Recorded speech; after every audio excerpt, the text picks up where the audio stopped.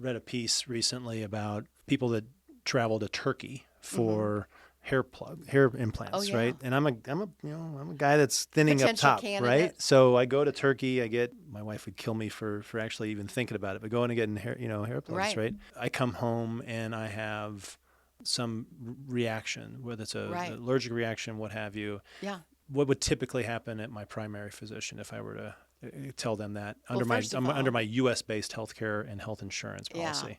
First of all, I think your primary care physician might send you to a dermatologist, Probably, yeah, or the emergency room. Who knows? yeah. Depends on what you have going on. And the other thing I would say would probably happen is they might say, okay, where did you get this done? And sometimes if you have a provider that is not open-minded to the fact that there might be great healthcare in other areas of the world, they could overreact, which could even potentially it could cause you to have more cost of care. And because it's considered cosmetic, I would say you're not going to have any coverage for that complication.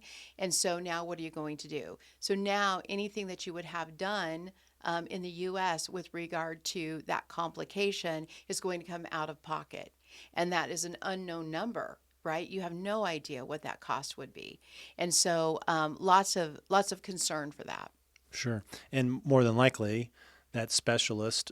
So if my primary sends me to the dermatologist is probably going to send me to the emergency room. Right. And you and I both know, because of how long we've been doing Uh this, huh. that that is probably the most expensive place to receive care. Walking in the door is going to cost you a pretty good Oh penny. yeah, And so all the dollars that you saved by going somewhere else, a different country, to get that done, now you've just lost that savings because you weren't prepared for a complication. So if you can prepare for that complication up front and account for that, then your savings actually stays intact and you're able to go see that professional that you thought, you had done the research. When you're going outside of the country, chances are you're doing a lot of research on the provider that you're using.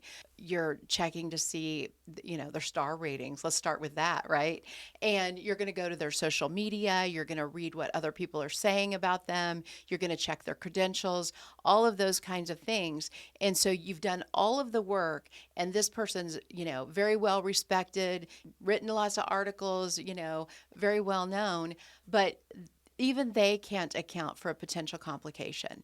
And so that's why you have to account for that on your own, because you've accounted for everything else, making sure they're a great physician, making sure they're well respected, making sure they know what they're doing. But then things that we can't control do happen.